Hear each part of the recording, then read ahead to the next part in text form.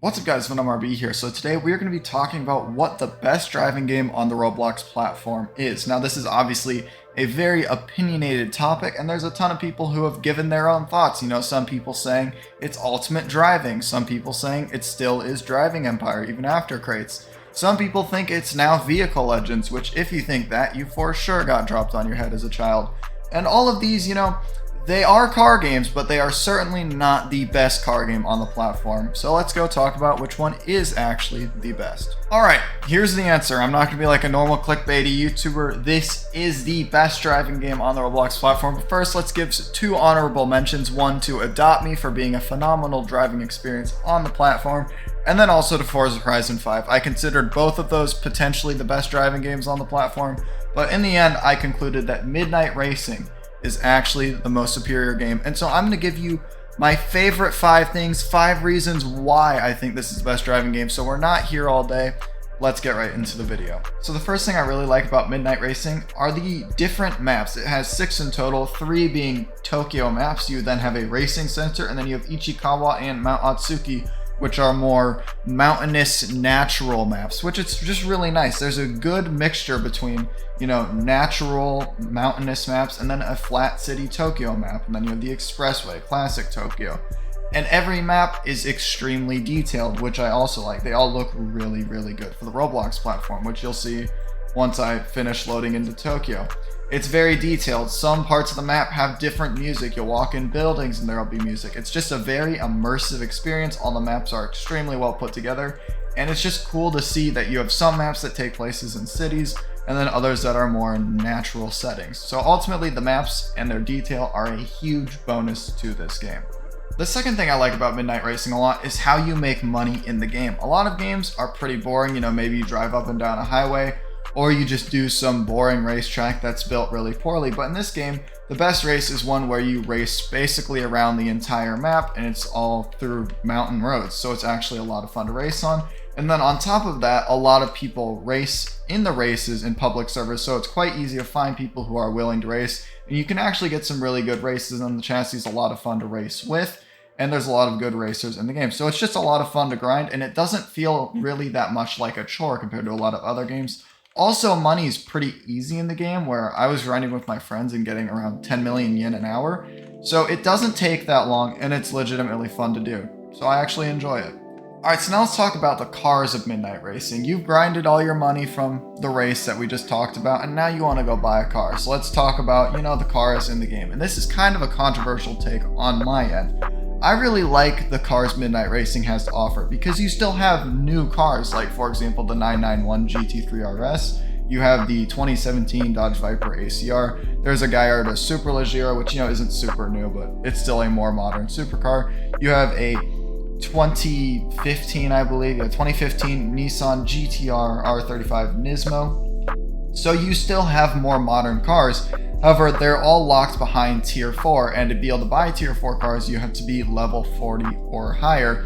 So it means, you don't always see a ton of supercars. However, if you want to be able to buy supercars, you can still get there by grinding, and it really doesn't take that long. On top of that, I love how so many cars have a bunch of different body customizations. You have all the different body kits for different cars, which I'll show off, the customization and tuning shop soon.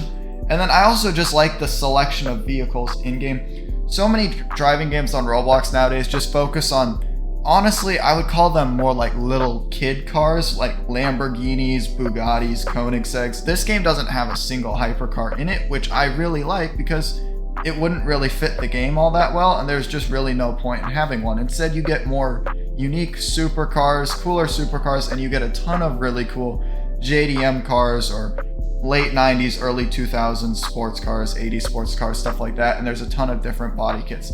So you see a lot different types of cars in this game than you would see in your average Roblox driving game, and a lot of them are built and completely custom.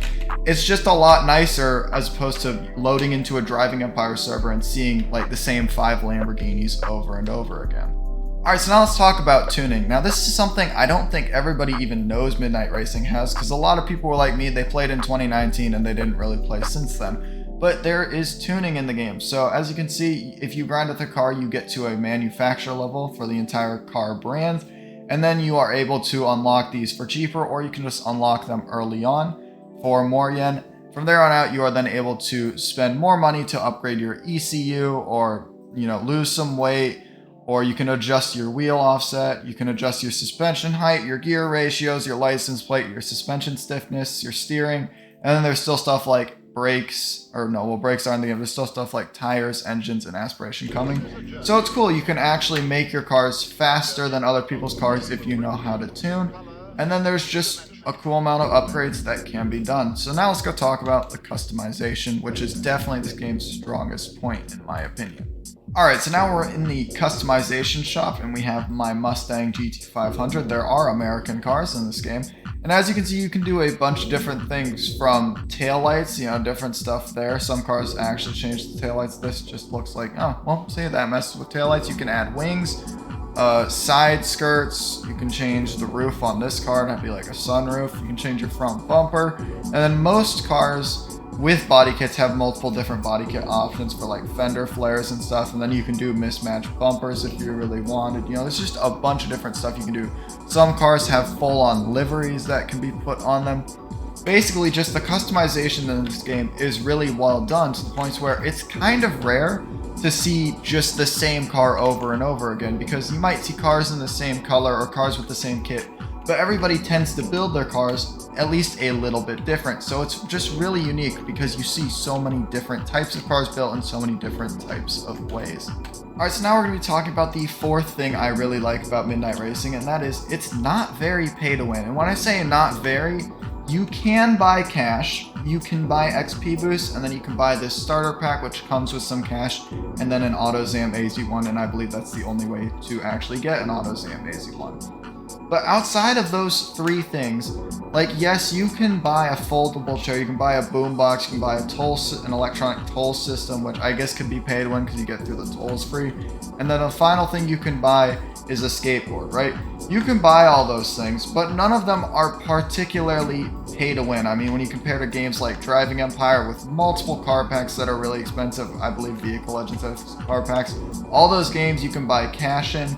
And then on top of that, in this game, there's nothing like premium boost where, in a race, somebody could get an actual competitive advantage by spending real life money. There's nothing like that. Somebody with 1 billion Robux could join the game and spend all of it on this game and not be any faster than me in whatever cars we're using, because there's nothing that actually gives you an advantage. You can just buy money. So that's something I really appreciate about this game. And also, there's no gambling, so that's pretty cool. So the last reason I really like Midnight Racing Tokyo is realistically a combination of all the reasons already listed, and then there are some other things, right?